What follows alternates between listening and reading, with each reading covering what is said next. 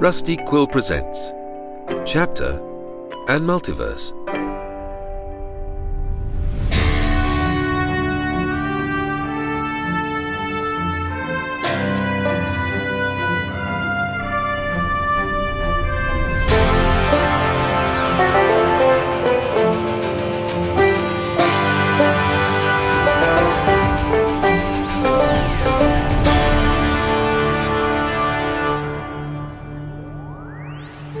Hello and welcome to Chapter and Multiverse, the actual play podcast where we explore the same city across multiple parallel universes. I am your game master, Maddy Searle, pronouns she, her, and today we'll be meeting the characters in our first ever campaign of Masks: A New Generation.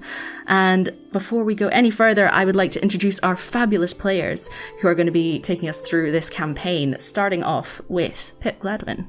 Hi, I'm Pip Gladwin, pronouns he, him, and I'm super excited to be here. Yeah. And Lowri. Hello, I'm Lowri Ann Davies, she, her, and I am also super excited to be here. You might be able to tell from the little tremble in my voice. Very excited. And Ahmed. Hi, I'm Ahmed Aljabry, and I am super stoked to be here. And Lyd. Hi, I'm Lydia Nicholas, pronouns she, they, and I'm just chill, folks. Yeah, that's cool. That's cool. Take it or leave it. Yeah, I'm totally cool with this. I'm not so pumped. What? No. Chill. Yeah. Totes chill. Totes chill. So yeah, we are going to be introducing our characters both to each other and to the audience. So I am the keeper of the secrets. I know what all your characters are, but you don't necessarily know what each other's characters are. Does anyone want to go first? Happily, I will go first.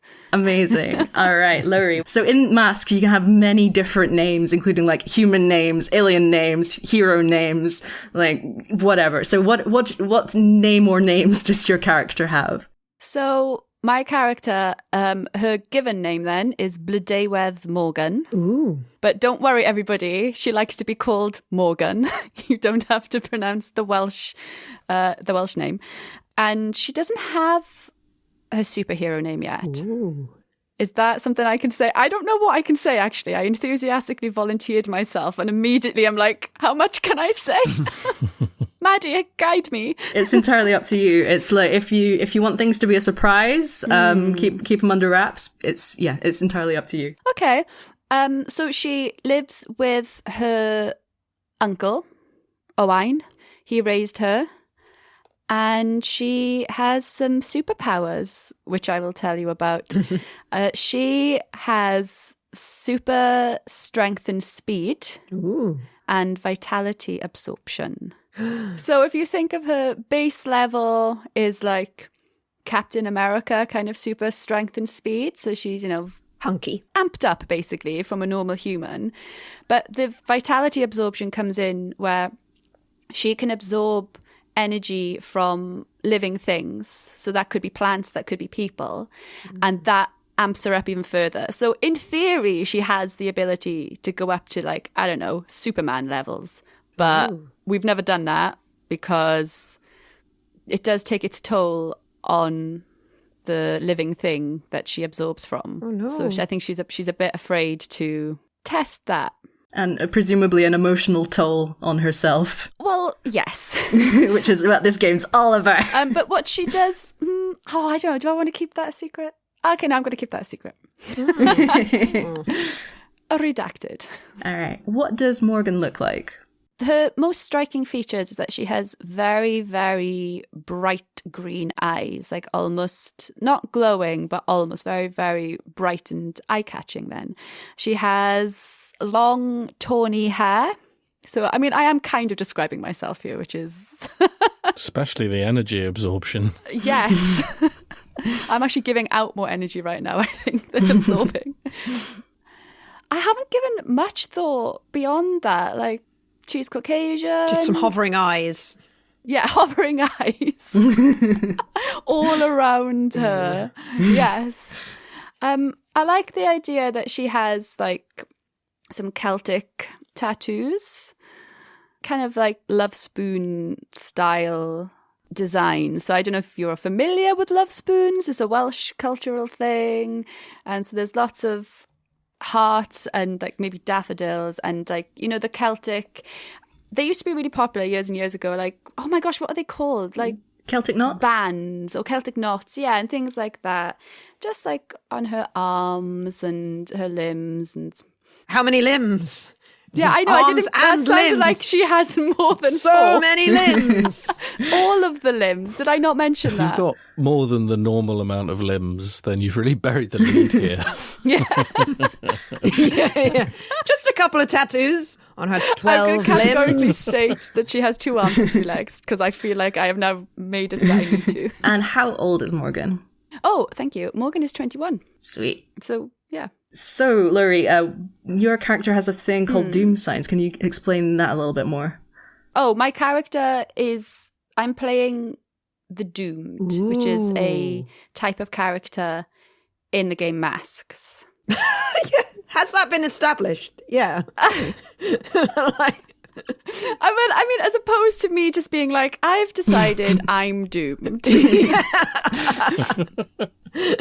So it's basically things that I can do, but if I do them, I have to mark them off on my sheet and it takes me closer to my doom. Ooh. So I have 5 abilities available to me. So one is dark visions. And I have to have chosen one that I can take at the start, I believe, if I recall correctly. And I've decided to take dark visions because my uncle, Owain, he is also a superhero, or he has super abilities. And his ability is that he has visions of the future and he can predict things that, you know, may happen somewhat murkily. So I have inherited that from him as well. I have the dark visions. Which basically means I can ask the GM a question and Maddy has to answer it honestly. What did you have for breakfast? Yes, really helpful things. Tell me your deepest, most shameful secret, Maddy. Oh no, I will not abuse that power in that awful way. Another one is infinite powers. So basically I can use any ability from anybody's playbook. Portal, I can appear in a scene with anyone I want. Burning bright. Oh, something we haven't touched on is sanctuary. So there's a thing called a sanctuary, and the GM, if you want to go to your sanctuary, the GM kind of says, oh, you have to satisfy this thing to be able to go there. I can go to my sanctuary and call upon the resources in my sanctuary without having to fulfill the GM's demand, basically. And bolstered, I get to use an adult move, which I will confess, I do not know what an adult move is. It's just basically like the more emotionally mature versions of the basic moves. So like as your character grows up and becomes more mature, you can do like more powerful versions of the moves you already have, the basic moves that all characters have access to. That's a lovely thing. Yes.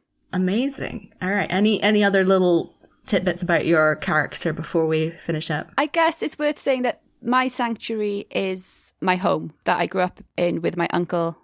It's quite remote, purposefully so, which hopefully will come up at some point. And it has a big library because basically my uncle has collected a huge library of books so that he can help research and understand his visions, and I have access to that. There's also my things there, and it's somewhere that I go to recharge. Lovely. All right. So we have now met Morgan. Who wants to come forward next with their character? Happy to give it a shot. Amazing. Yeah. All right, Lids. Who are you playing? I am Minnie Smithson, who is a perfectly ordinary human individual. I see. Yep, that is who I am, and that's what I'm doing. Just an ordinary human. Ordinary human. A human, but ordinary. Minnie Smithson. Smithson is great. Does Minnie have a hero name or any other kind of names that we should know about? Not that you should know about. No, I'm just an ordinary human. Yeah, that's me. Ordinary and human. Sounds like there's nothing more to investigate here. No! Reached a dead end in our inquiries here. Minnie is a small, white human. They appear pretty female human shaped, I should say, and pretty femme in attitude. Their hair is long and looks kind of iridescent black from certain angles. It shimmers with blue, purple iridescence. But that's like normal, right? It may have some streaks of neon color in as well. It kind of looks like an extremely sophisticated dye job, which is totally what it is. Because I'm an ordinary human. And my eyes are a very dark blue that borders on purple, which is so human. I don't think you could get more human than that. Sometimes they like glow a bit when I get emotional, but I mean, humans do strange things, right? I'm sure it's just the light, right? I'm sure it's just being a human. Yeah. And I live in a flat with some other ordinary humans, including Benson McDykel, who is totally human, and Cleo Schmirk, also human. And we totally get on. Even though, like, we broke up a while ago and, like, their new partner is fine. And I totally am okay with overhearing their smoochy Zoom calls. No. Like, that's cool. Yeah. I'm a human. And I work at a shoe shop and while I'm trying to get my journalism career off the tracks of the human things. Yeah. Very human. What age is Minnie? Like in human years, which are the only years that I'm concerned with, obviously, like 22. Yeah. Is there any backstory or... What? I'm a human. Why would I have, like, anything to reveal? Humans don't have secrets. Be happy to know, Lydia, that my notes for you have the name and the age that you gave, and then just the word human. Human. Yeah. And just underline that, because I am very human. That's what I am. Double underlined. Being a human. So, Pip, do you want to go next? I will go next, yes. I will be playing a young man by the name of Joseph Teller. That's his name. He's about 21. Cool. That's all we need to know, I'm sure. Does Joseph have a hero name currently? He's not been on the scene for very long in terms of being out in the world, being a public superhero.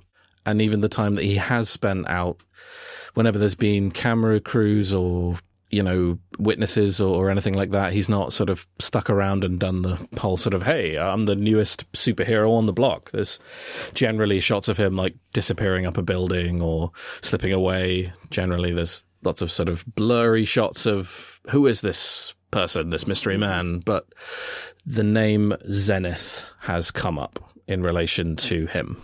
Sick. All right. And what kind of powers / abilities does Zenith / Joseph have? A grand total of no superpowers whatsoever. He is very, very stealthy. He seems extremely well trained. He uses gadgets here and there. There's sort of, smoke bombs, grappling hooks, that kind of thing. But he hasn't publicly displayed anything that would present itself as being like a superpower, something that a human couldn't do. Could you just clarify what those things are that humans can't do? Just for the record. It's just we all like to clear that kind of thing up. It is useful to know. Mm-hmm. And are there any important people in his life that you would be willing to share now, or would you prefer to leave that for later? I think for the audience, I'd be happy to share it with the players, just then you guys as players know, but your characters probably don't know this. But yeah, let's leave it. Let's leave it. It's going to become pretty abundantly obvious what I've done. Yeah. Probably already is to some people. Oh, that sounds exciting. Yeah, first scene, it's all gonna be laid out. What? None of us have anything to reveal very soon after things start. Chortle. My moves, if you want to know my moves. Yes, go for it. My moves are been reading the files, which basically it's given me access to a database about superhumans, like a research database where I can find out things. Another one of these ones that allows me to ask a question of the GM about something that's going on or that kind of thing. I have Be Mindful of Your Surroundings, which allows me, if I assess a situation before entering a fight, I can ask more questions of Maddy. I'm basically just stacking up all of this, give me all the info before we go in. Very much like to be prepared. He's a Boy Scout. He's not a Boy Scout. I mean, he might have been at some point, but anyway. And then we pulled one from another playbook, which is it's from the Beacon playbook, which I don't think any of us are playing, but the Beacon has one called No Powers and Not Nearly Enough Training. So the sort of archetype of the fresh young superhero doesn't know what they're doing. And that's not who Joseph is. So we've reskinned that as No Powers and All the Training. And it sort of allows me to have a little resource that's kind of always going on. And I'm acquiring little pieces of gear all the time. I can only really have one at a time. I can get a few uses out of them and then clear it in order to get a new one. So lots of adaptability. Yeah. So out of costume, to look at him, he is pretty forgettable. This is a young man who, in his short time on this earth, has cultivated forgettability. He is slim, white, kind of relatively ambiguous looking, but definitely closer to a male. And when out and about, it's just loose clothes, nothing ostentatious to him at all. He's tried to make himself look as dull as possible when not in costume. And when in costume, I don't think there's good enough pictures of it, honestly, to be found by anyone online. But definitely leaning towards something full-bodied with a face mask or helmet and in either black or very dark green. Hard to tell because the pictures aren't good enough. Yeah, and I guess that's all I've got. Amazing. All right. And before we finish up with you, Pip, what playbook are you doing? Yes, the Protégé playbook is my playbook. Who has a playbook? We're all just humans. Should have gone with the human playbook like me. Yeah. Walk around, be ordinary. That's what it says. And yes, Ahmed, last but not least, what is your character's name and what playbook are you using? All right, so my character, his real name is Adib, and I am not going to add too much details because he's a Janus. So his real identity is a big deal to him. He has the power of fabric manipulation, so he can mind control anything that is made of fabric. His suit is just a black suit with white ribbons around his arms, and he wears two shawls, one as a turban over his head, a blue one, which is his iconic signature, and a red one around his shoulder, which he controls to use like a net, or he uses the ribbons to either tie people or maybe wrap them as a glove around his fist. He is 21. His moves are the mask, which allows him to switch once per session to switch his savior and mundane abilities, labels. And mild-mannered.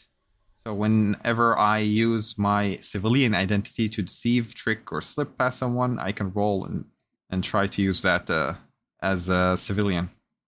And finally, I'll save you, which it has a high cost for defending someone. I'm very cheerful, and I'm always just smiling. And this is I look like someone who doesn't take anything seriously. And do you have important people in your life that you want to talk about now, or would you rather wait until later in the game? I will wait until later, until when we decide who knows what about what from the group. Fair. All right. I know about human things. Yeah. I think we've established that. All right. I think now that we've met all the characters, it's time to take a short break. And when we come back, we'll be determining whether any of our characters have met each other before the events of the game. So we'll be back in just 2 minutes. I'm very excited. Welcome back. All right, we now have met our characters, Joseph, Morgan, Minnie, and Adib. And so I would like to ask whether any of you think you may have met before. I feel like you're all from very different worlds, so it is very understandable if you haven't, but maybe you just like bumped into each other in a coffee shop one time. So Ahmed, do you think that Adib will have met any of these other characters before? I would expect like if any of them is studying engineering, because I would probably studying something in engineering or somewhere in campus. That is most likely, because if I go into action and get into my uniform, someone from within my circle would notice, this guy disappears every time the other guy shows up. Real Superman problems, yeah. I work in a shoe shop because, ordinary human. So not been around campus, I'm afraid. Have you bought any shoes recently? Okay, yeah, I would probably meet your character because I buy abnormally a lot of shoes for cosplay. Yeah, cool, awesome. Then yeah, and also we might have bonded over style because Minnie dresses like there's just quirks to her style, like general. I've written down her standard thing, like a big grey oversized sweater worn as a dress with a belt, and then like the fish-shaped soy sauce packets, but like one of them strung on a necklace. And, it's just like a cool quirk to it, which is totally deliberate. And she's probably kind of just commented on your cool style and the way that you seem to always make fabric work for you. Like, I can never make things fit like that. How are you doing it? That is so cool.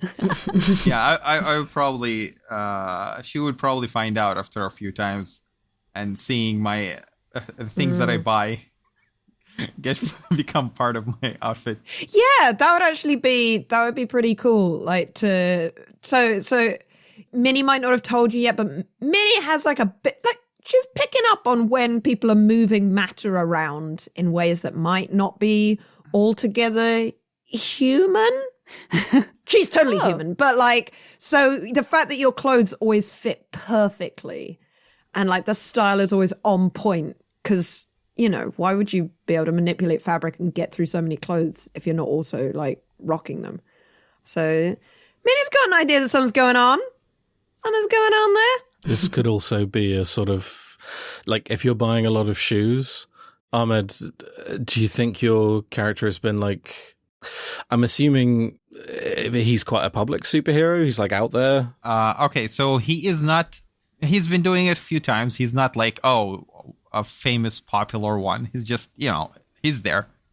And even his name, his superhero name, the turban, he didn't choose that. It's just, because he's wearing a blue turban, and that's what the press pointed out. Mm-hmm. Is there a moment where Minnie is watching some news report on something that Adib is doing in superhero garb, and is like, I sold those shoes to... Yeah, absolutely. Like on the screen, being like, there's something about that dude, and yeah. I bought the same shoe like 3 times because I cannot manipulate leather. Interesting. Like, and I'm guessing Minnie will be like slightly annoyed because she thought she was making a totally ordinary human friend. And was like, dang, this one's a superhero.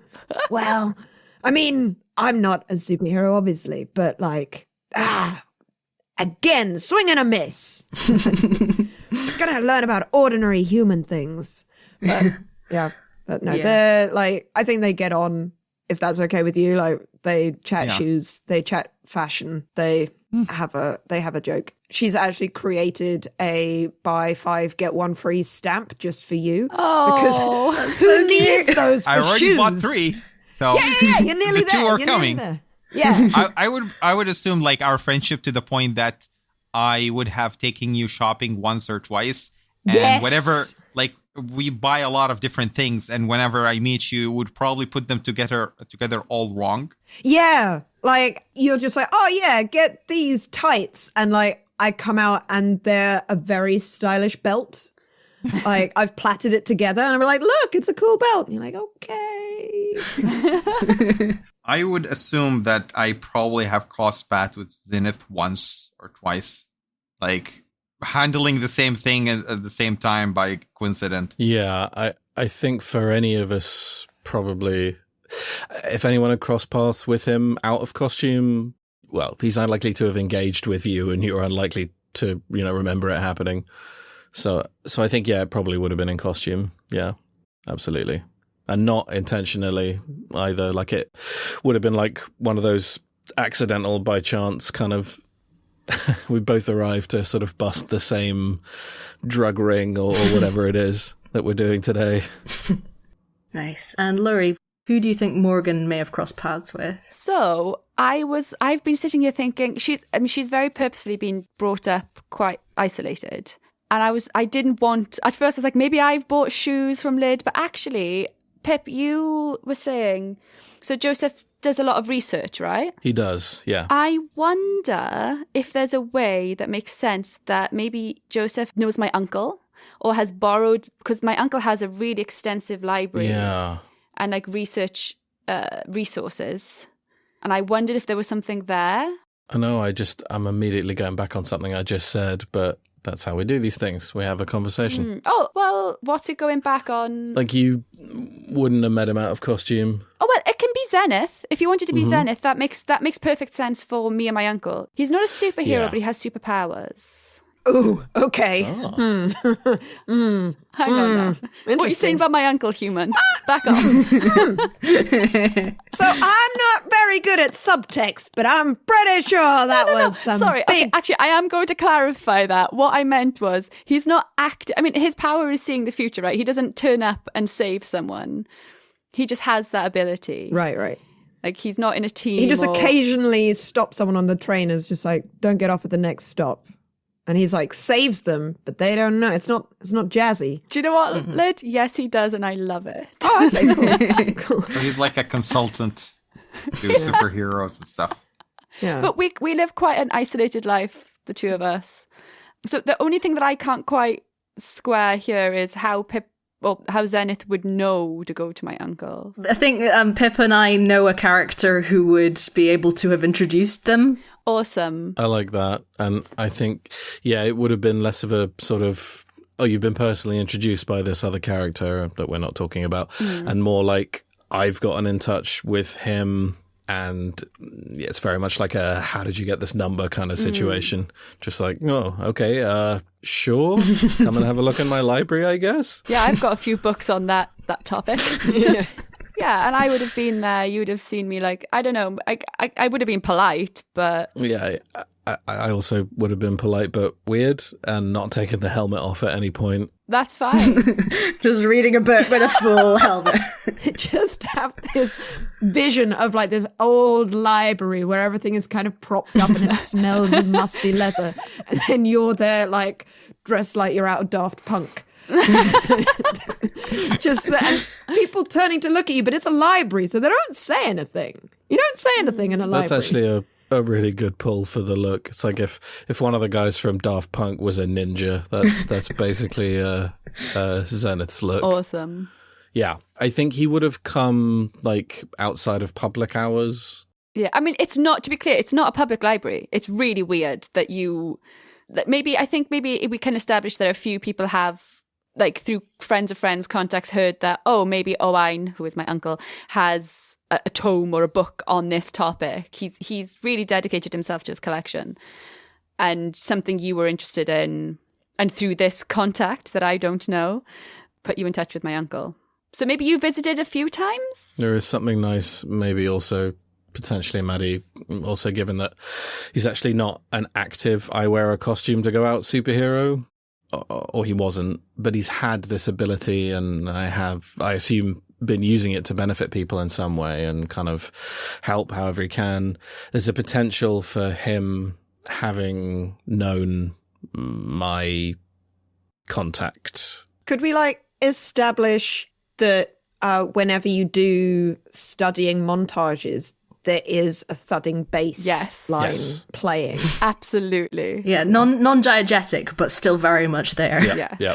I like that.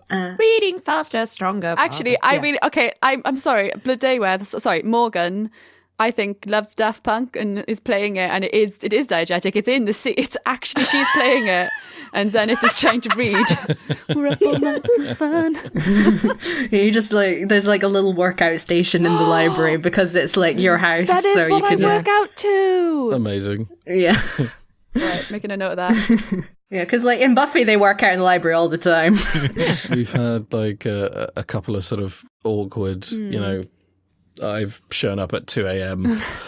And I'm working out. Yeah, you're working out, doing a vigorous 2 a.m. workout. Yeah, and I've sort of come to look at some of the books, and you know, maybe it's that your father's been like, look, he's my uncle. But sorry. It's okay. Yeah, maybe he's gone to bed, and you're there to, you know, let him in and keep an eye on him. You're going to be up anyway. You're going to be up working out anyway. 2 till 3 a.m. every day. Yeah. Maybe I've brought you like a glass of water with a straw in it, so you don't have to take your mask off, but you can. Yes. Have you seen that like picture? I think they even showed it on Graham Norton, where like Tom Holland was showing how he drinks coffee while in the Spider-Man suit, and there's a hole, and they pop out the eye, and there's like a long straw. Gosh. Just have to imagine that like your Daft Punk helmet has a little like you press an invisible kind of touchpad, and there's a like and it opens up, and there's a tiny hole, and a straw comes out. If Morgan has at any point commented in the past that Zenith's helmet looks like the helmet from Daft Punk, the next time he's come back, he's got a different helmet. Like, just redesigned it and come back with a different one. Oh, no. Do you think that there are any other crossovers of people meeting each other, or do you think that that's enough for now? I'm very happy to have more interconnectedness if you want to have it. It sounds like Morgan and Zenith are pretty isolated. Yeah. If Minnie has met Joseph Teller, she definitely hasn't made the connection. And if Morgan has come in to buy shoes, it doesn't sound like you come in so often that you get your own special stamp card and then go shopping together. Say, I reckon I've come in to buy a pair of boots from you. I was saying in the break that I'd decided that Morgan is very buff. Cool. And dresses like Jessica Jones. Yeah. So it has a little vest that will show her tattoos off, black jeans and black boots, like biker boots. So presumably they last quite a long time, you know? Yeah. Mm-hmm. So that's not really the kind of shoe that we sell as well. Oh, like we're just a very ordinary shoe shop. It's an extremely ordinary job. It is. I don't think they would have met, but I like to imagine that if Minnie had met Joseph in like civilian mode, that she would have been absolutely fascinated by him, because he is just the most mundane human you could imagine. Come tell me about it. Teach me, master. Oh, he's wearing jeans and a grey hoodie. Oh my God. Like, furiously making notes. This is going to be my next article. Yes. I reckon, I don't think Adib and Morgan have met, but I think, so your superhero persona is like public, right? Yeah. Albeit new. I think she'll know who you are. Yeah, as the turban on TV. Yes, she'll know. Yeah, sorry, of course, that's what I meant. She'll know the turban. She'll know who the turban is. Do you wear the same turban out and about? Like, it sounded like you do just generally, or is it a quick change scenario? I'm usually carrying a backpack with my main stuff. So I just switch it, and my backpack would have like 2 different colors from inside and outside. So I just flip it outside out. Cool. So very thoughtful. It's like black because it's black. So it would match with my main clothes, the jeans and the shirt. Mm-hmm. But from when I flip it to my normal clothes, would have, blue or red or. I'm guessing because you do the fabric manipulation, that your quick change is proper quick change. Like, it's like, whoom. Whew, how did that happen? Incredible. The boots are the tough part. I need to stop and put them on. Like jumping and trying to put them on. And I like the idea that, like, once Minnie worked out that you're the turban from the shoes, you've been kind of working together without expressly talking about being superheroes, but you're like, do you know a quicker way to get shoes off and on? And Minnie's been, oh, that's interesting, but doesn't say that she knows roughly where, like, that might be. And so you've kind of been sketching out ideas on how to do better boot quick changes. Yeah.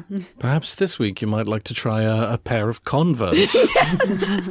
Wear some Vans. Yeah, just have you tried non-leather shoes? That might help. Yeah. Actually, any shoe not made of leather. Rubber soles are going to be a problem, but you can at least change the colour. We've got you some of those socks with the toes. Toe socks. Oh, gross toe socks, yes. Oh, please don't wear them. just don't ruin a cool character. All right. So yeah, it sounds like we've got a little web of connections here. I am also aware that on your character sheets that there is influence that you can give out to members of your team. Now, I'm not sure if it's exactly going to work because we're doing it slightly different from how the game intended, because you're meant to have all met before the game starts and the book is written, but for this, you are all meeting in the game. But if there's any influence that you want to give another character, then you can do that. So it basically gives mechanical benefits to someone else for rolls against them. Minnie thinks Adib is heckin' cool, so you've definitely got influence over her. I would probably give to Zenith as his super, because he seems to know exactly what he's doing while I'm just winging it. Sure. But you make such cool fabric wings, like...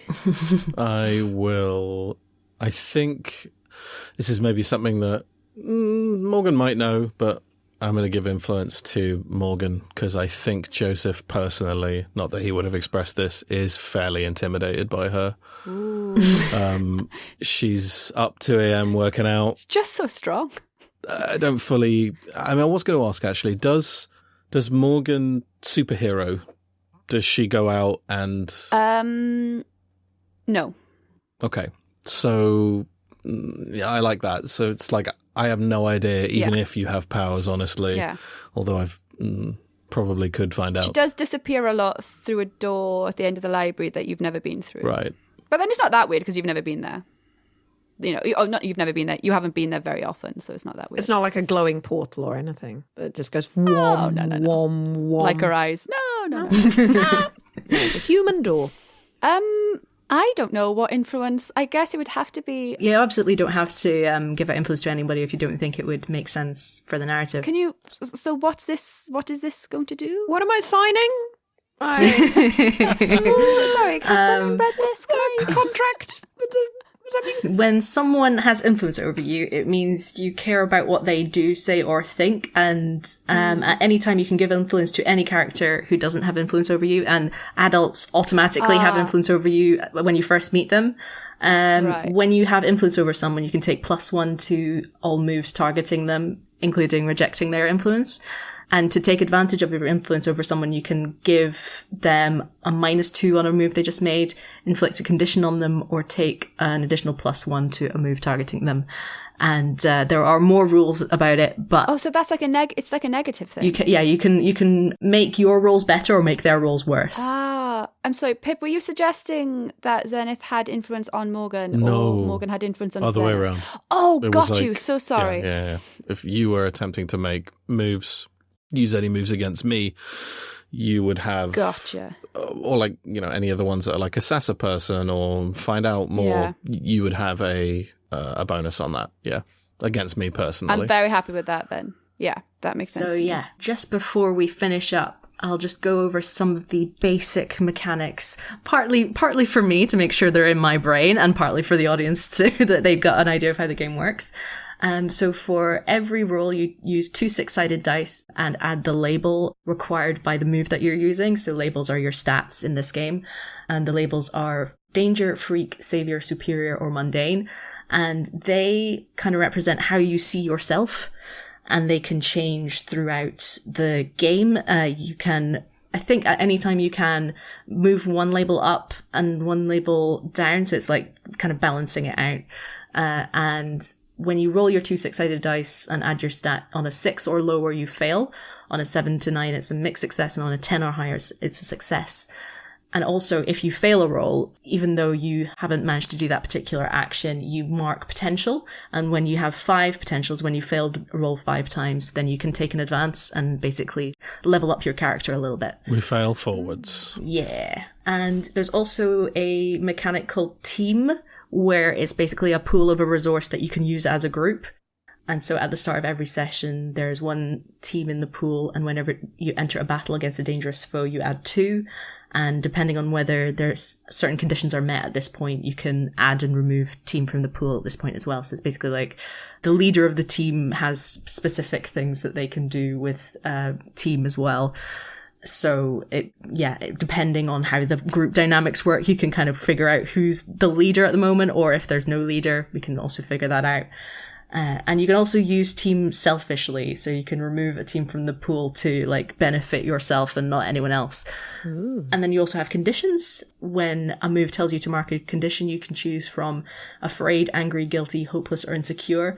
And each of those gives you a penalty to one of your basic moves. So these are the moves that any character can use. And if you are asked to mark a condition and have no more conditions to mark, then you are taken out. You're either unconscious or you've run away. So there's no dying per se, unless it's incredibly narratively necessary. But in most cases, it's just like, nah, this fight is not going well. Mm-hmm. So the conditions are hit points, effectively. Yeah, cool. Effectively, they're your hit points. And to clear a condition, you have to take a specific action depending on which condition it is. So if you're angry, then you need to hurt someone or break something important. Or someone else can clear a condition for you by using like comforting and supporting moves. Or when you defend someone, you can clear a condition as well. So doing nice things for other people or having someone do something nice for you helps. Yeah, I think those are the main mechanics of the game. And that comes to the end of our little character building episode. So thank you so much for listening. And I hope you're as excited to meet our wonderful player characters as I am. Just an ordinary human. Like no wonders whatsoever. Just super normal. Yeah, just so many humans doing such human things. Yeah. And I would now like to ask our wonderful players where we can find them on the internet and if you have anything to plug. And I would like to start with Lydia, please. Oh, cool. I am Lydia. You can find me on Twitter at Lydia Nicholas. You can watch my chickens be live streamed at twitch.tv/urbanchooks. You can even feed them via a Lego connected contraption. I know, it's getting cooler. What? And I do other ordinary human things. Excellent. That's amazing. All right, Ahmed, where can we find you on the internet? You would find me almost everywhere at Mr_Aljabry. I am usually on Twitter, but you'll find me on everywhere. I do cultural consulting. I write adventures, usually for Dungeons and Dragons. Yeah, that's me. Incredible. And Lowri, how about you? You'll find me on Lowri Tweets, which I am starting to tweet a bit more, so I am now earning my name on Twitter. And I guess in other places in Rustic Quill, Enthusiasm. Give a little plug for our very lovely Happy Chat show. And yeah, that's it. Sweet. All right. And Pip? Yes, you can find me on Twitter at Pip_Gladwin. And I haven't given enough thought to when this is going out, so I don't know what I'll be in that's coming out around the time that this is coming out. I'll be in something on RPG, Realms of Peril and Glory. Check me out on there and on Twitter. And yep, finished now. All right. You can find me on Twitter at Maddy_Abstract, where there are links to all the various things I do. And we hope to see you next time on Chapter and Multiverse. But until then, from all of us here in the space between worlds, goodbye. Goodbye. Goodbye. Chapter and Multiverse is a podcast distributed by Rusty Quill and licensed under a Creative Commons Attribution, Non-Commercial, Share-alike 4.0 International License. It is directed by Maddy Searle and produced by Natasha Johnston, with executive producers Alexander J. Newall and April Sumner.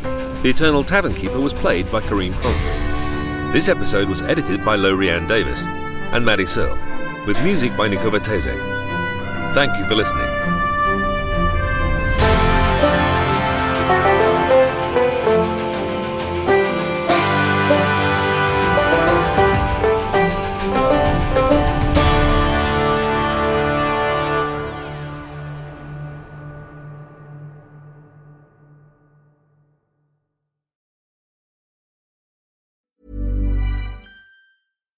Acast recommends, helping you find balance during Mental Health Awareness Month.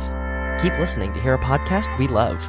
Hello, I am Julie Merica, the host of the daily Make Your Damn Bed podcast. Each bite-sized episode is less than 10 minutes long, so you can pair it with a good habit if you want, like flossing or making your damn bed, or you can just tune in whenever it feels right and you need a little jump start. We are all consuming a ton of content every single day, so why not start your mornings off with something a little more optimistic, realistic, and approachable? I am sure to include a lot of actionable tips and tricks to make starting your day and life in general just a bit easier and more enjoyable. The goal is to help you get out of bed so you can start making it. So check out Make Your Damn Bed podcast today, wherever you listen to podcasts, or visit www.makeyourdamnbedpodcast.com. Acast helps creators launch, grow, and monetize their podcasts everywhere. Acast.com.